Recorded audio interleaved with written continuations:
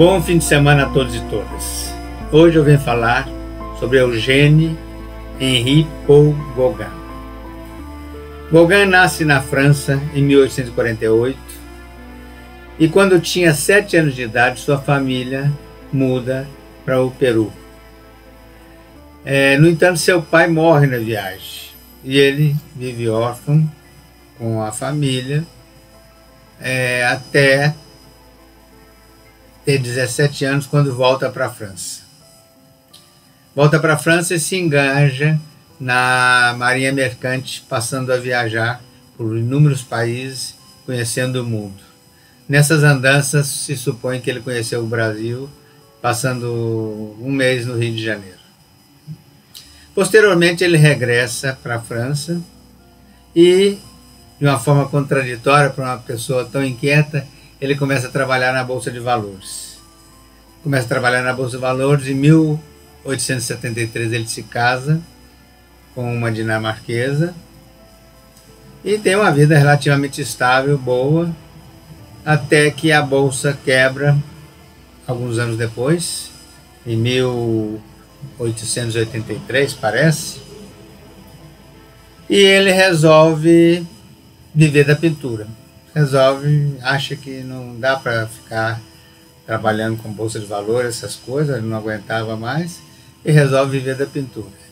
E começa a frequentar o ambiente artístico de Paris, na época, e que era um ambiente bastante irreverente, bastante hedonista e muito agitado.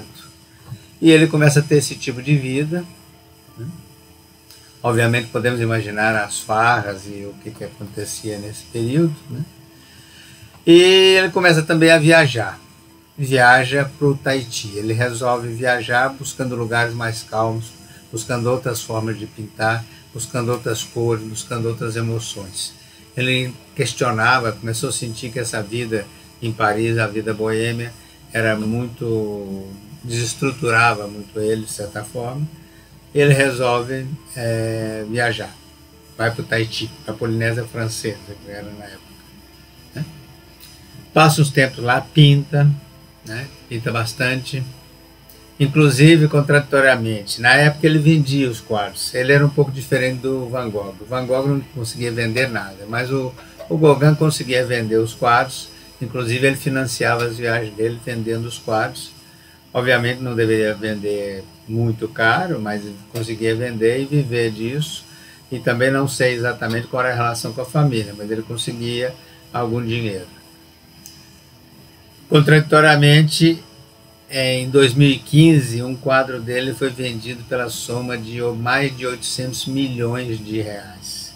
Ou seja, uma pessoa que vendia alguns quadros na época e vivia entre a miséria e uma certa relativa solvência, teve, né, há pouco tempo atrás, o quadro vendido, se diz que é o maior valor de um quadro, né?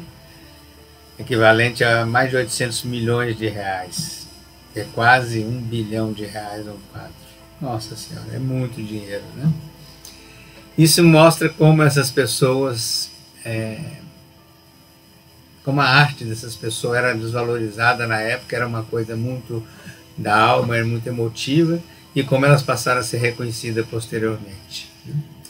Bom, ele vai na Polinésia, depois ele volta para Copenhague, parece que tenta um relacionamento novamente com a sua esposa, que tenta reatar, mas acaba desistindo e volta de novo para o Tahiti. Vai outra vez para o Tahiti, passa um tempo lá, pinta novamente uma série, centenas de quadros, se diz, né? São os famosos quadros dele, que a gente pode ver nas nativas da Polinésia, né, do ambiente, das praias, quadros bem tropicais. E volta novamente para a França, mas já não se ambienta mais. E finalmente ele decide voltar para a Polinésia em 1901. Mas esse período, apesar da pouca idade, ele estava com 50 e poucos anos, ele já estava debilitado, tinha doenças, a vida agitada, que intercalava pobreza com boemia e de uma forma bastante hedonista, leva que ele venha a falecer nas Ilhas Marquesas em 1903, com 55 anos de idade. Esse foi o Gauguin, um espírito inquieto.